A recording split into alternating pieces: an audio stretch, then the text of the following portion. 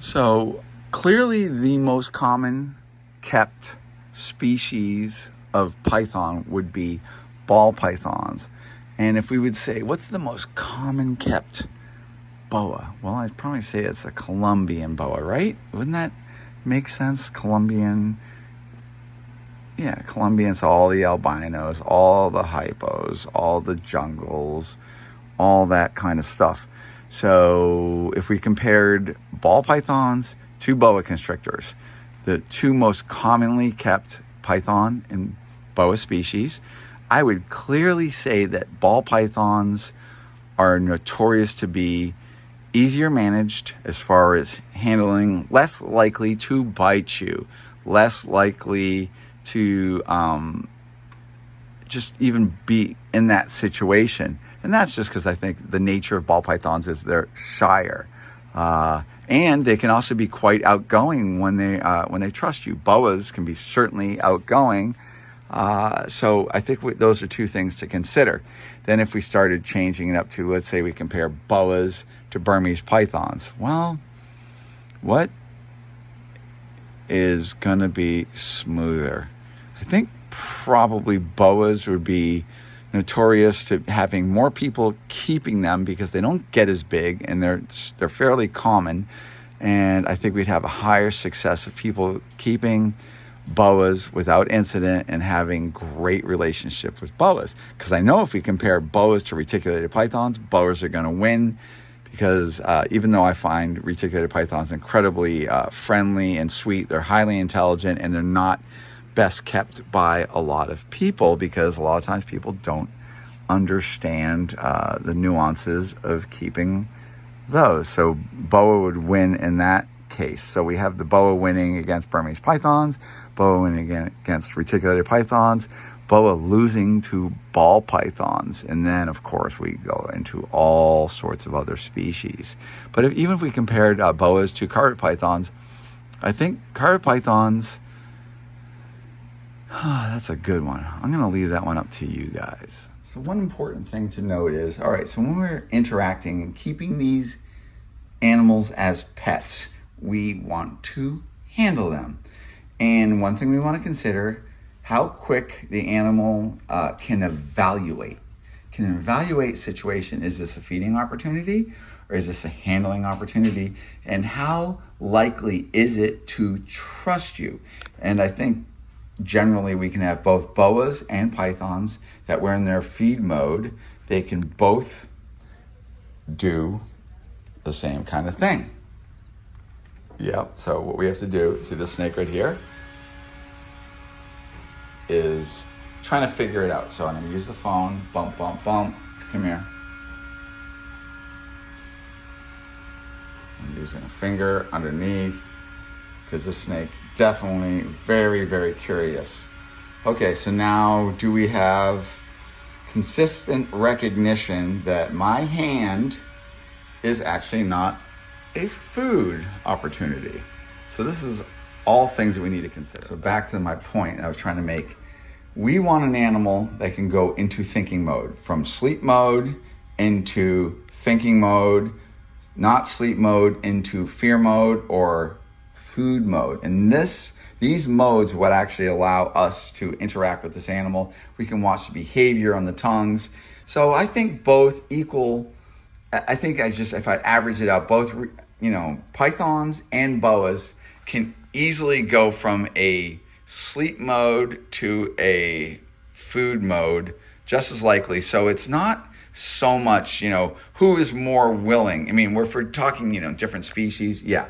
So if we, look at something like a reticulated python, that is, infamous for a super strong feed response. So this python right here is ultra curious. Hi.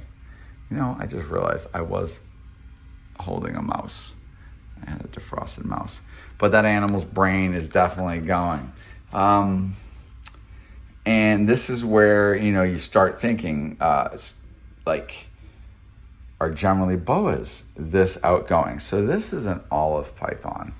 And I think we can definitely have boas that are easily as outgoing as this python. And we certainly have some python species that are certainly friendlier, and then we have some python species that are more like, leave me alone. So let's say if I look at something like a D'Albers python. D'Albers pythons often like, just leave me alone, don't mess with me, and they're hissing and huffing and puffing. If I look at scrub pythons, you can end up with a friendly scrub python, but they have huge teeth. And then they could have a strong feed response, and they're generally not apt to be quite so inquisitive where they actually want to interact with the handler, as certainly as this olive python is doing. But I would say overall, I think I tend, if I look at the different, boas, I think I tend to see pythons being more inquisitive to kind of come out once they know you're not food and they want to whatever. Whereas I see often boas get nervous. They tend, in my opinion, to get more reactive, and once they kind of go into the nervous mode, they panic.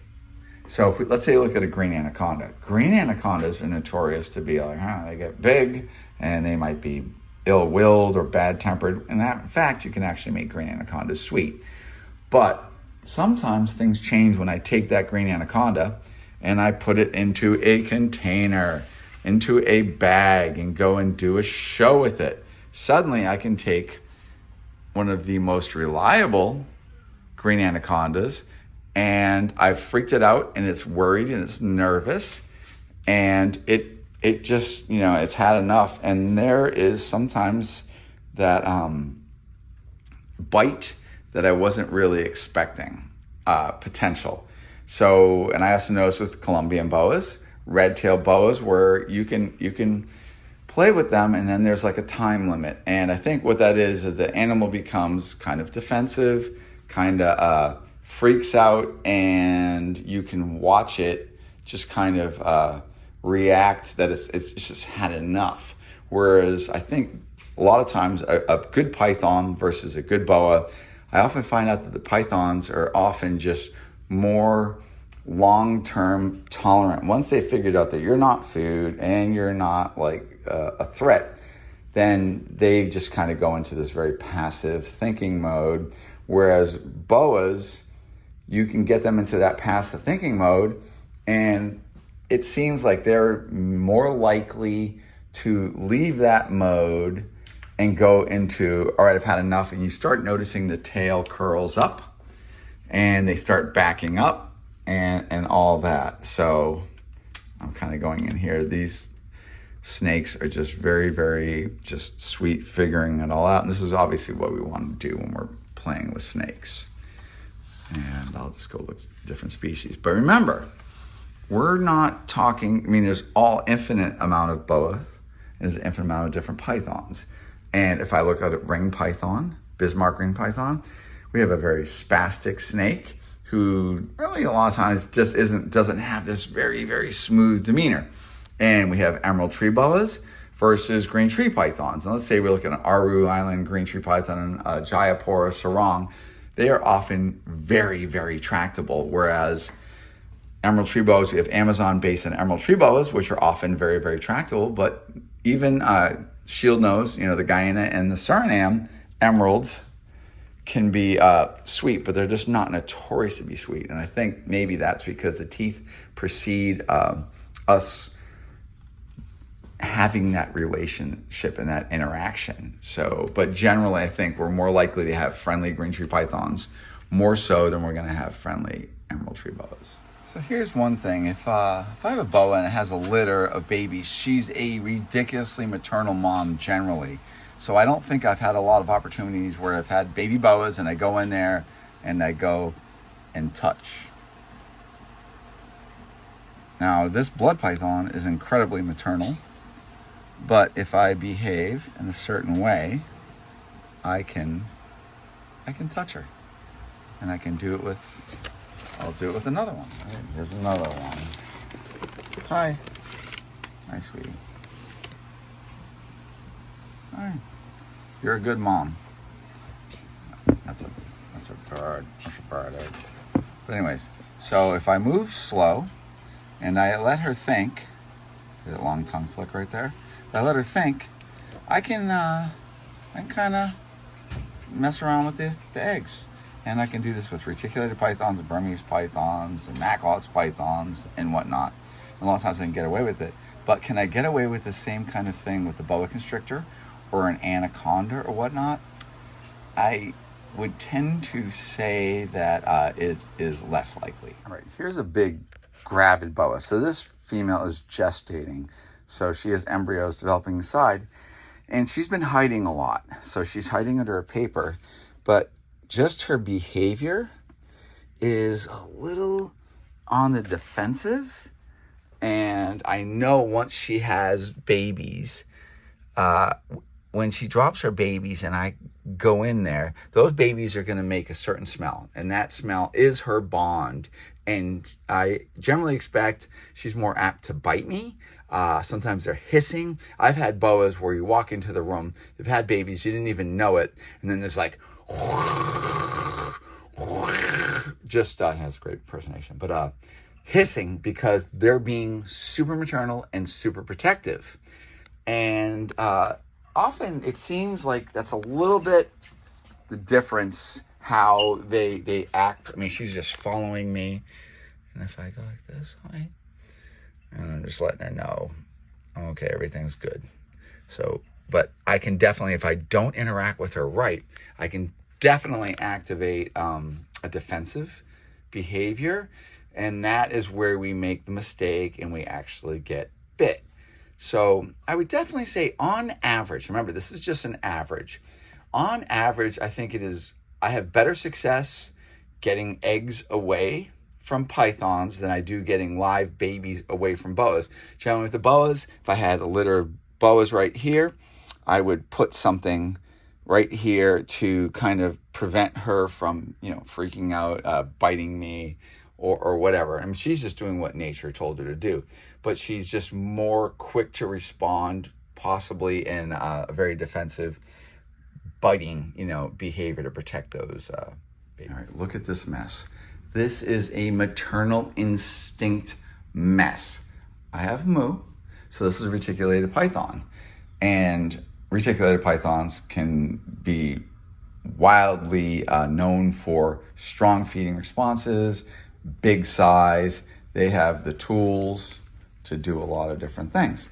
So I actually have moo that I didn't even really breed in time this year. And just really not trying to breed a lot of snakes. And so she laid a clutch of duds because there was no male to breed. But behind her, I have an albino Burmese python. And I also have, and I have an albino cow. And so this Burm right there, so that's defensive. Okay, so right there, maternal instinct. And if I can shut that down, I know. Oh, yes. Okay, good, very defensive mom. A lot of trying to scare me away. And moo is smelling the eggs, so that can even get a maternal instinct. But I'm still looking at this Burm. She's still doing long tongue flicks. She's just kind of freaked out. Come here. There you go. The problem is when I'm doing the phone, I'm not really using my normal instincts. So this Burm is reacting to that snake laying eggs, the smell. So right there we have defensiveness, but she's just a little worried. Hi. There's a nice egg. There's a freshly laid egg. I know. So that Burm is actually gravid. I know.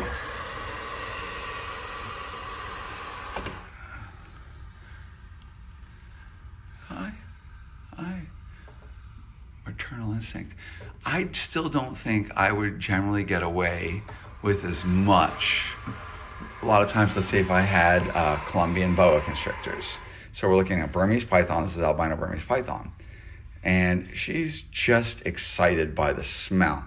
But I don't think I can find myself getting the snake to be as reasonable when it's like a Colombian boa protecting its brood of slugs, of live babies, of whatever. And I can kind of get this girl out of this just by kind of petting her. She's about ready to lay eggs, and I just put them all in this cage because we're constantly moving stuff around and whatnot. So it's interesting that she's responding to this one's eggs. So I can do this often with a big reticulated python just by using a little bit of my tools and a little bit of reassurance with the snake. And then, come here. Hi. Hi.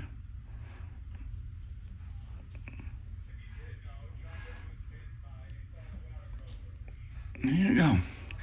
So I'm able to work with that brain. I don't know if I can do that with a boa that just had a litter of babies. So these are all, things to consider. I'm gonna try waking this snake up. So this is an emerald tree boa. Not particularly, I'm not saying it's friendly. it's the phone. I'm staring through the phone and then all of a sudden I get a reaction. Hi, sweetie. But emerald tree boas have big teeth. Let's see what kind of liberties. I just gotta keep my eye. There we go. Okay. Hi. Hi. Hi. And just slow moving. So emerald tree boas can be very, very sweet. Hi.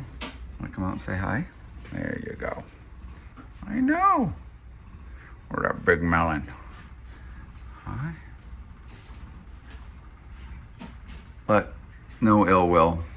So that's just a snake with big teeth, and that could do bad things to me, but it doesn't. So the Boas python. Hi. Just brain working wonderful. And it all has to do with the way you present yourself.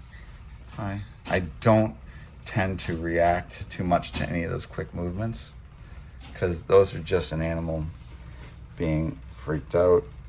Hi. It's so different when you're doing it through the phone. Why don't you get bit? I don't know. Hi, sweetie. Brain working. All right, let's look at this boa. So right off the bat, I open the cage. Inquisitive, long tongue flicks, thinking. And then I want to go into touching. Hi.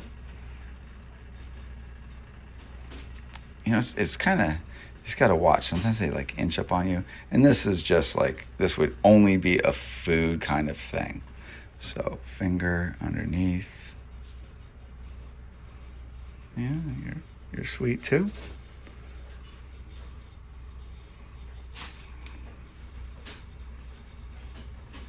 Yep, totally figured it out.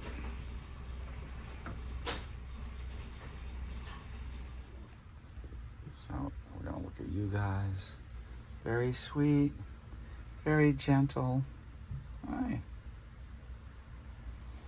If we can actually talk about animals flowing. So flowing, just smoothness and ease when you're handling them, how they react, how curious they are, how outgoing they are. Well, what could I say flows better? Obviously, it's per animal or per species, but I tend to think that I have maybe better success getting my pythons to flow than my boas. And what are your thoughts on that? And I don't know if that's because the boa just maybe a little less trusting or less adventurous or less curious, because I've met some very curious boas. But if I do a generalization, of different things, I've seen some, really standoffish boas. If you look at ball pythons, largely, most ball pythons are very, very sweet. But I've encountered ball pythons that actually they might even try to bite you. occasionally. And that's, it's pretty rare. Baby boas, when they're born, they often hiss and get defensive and biting, and that's only out of fear. So that's just, they haven't figured out what you're about, and that's what nature did to save them and keep them alive, is have them very cryptic, very untrusting, and that's what's going to keep them alive. And same thing with baby Burmese pythons, are more apt to bite even than reticulated pythons. Baby Burmese pythons can be such little brats. It's amazing. These are all things, to consider. You're lovely. Oh God, Boas. Awesome. I know this is a matter of preference. So everybody's going to I have a pet boa and his name is Larry, and Larry's the best. And yes, I bet Larry is the best. But overall, sheer numbers of people just having great relationships. And I want to point out one thing. We're not all of the same caliber as far as handling, as far as interaction, our reactiveness. And a snake that might be great for one person may not be great for someone else. And a lot of times that is a testament of the keeper and how the keeper is reliable as far as their handling, about their worries. Are they handling the animal in a nervous fashion? And I think boas are more inclined to react to people that are nervous. And then I think that makes the snake nervous. So I think it's very, very important to include that. And remember, kind of thinking about flowing, we want to think about all that kind of stuff. And maybe pythons overall are maybe more flowy, and boas are a little bit more aware, and they're a little bit more apt to become a little bit defensive. But this is all about what you think, and I want to hear what your remarks are and what your thoughts. And I know you all probably have wonderful pets, but my overall sense, I'm going to go with pythons. What's your opinion? As always, I really appreciate you guys. Please like and subscribe. I know this is a long video. We have a bunch of videos on deck. I'm also going to do some return to some of my medical snakes, some of my rescues I just did. And remember, RodentPro and Reptile Basics, we have a discount 10% off coupon. It's in the description. And I would strongly recommend you using it, because you're getting my discount, and anything I can do to help you guys, I'm going to do. And I, as always, appreciate you. And I'm still thinking about my Patreon. Say goodbye, guys.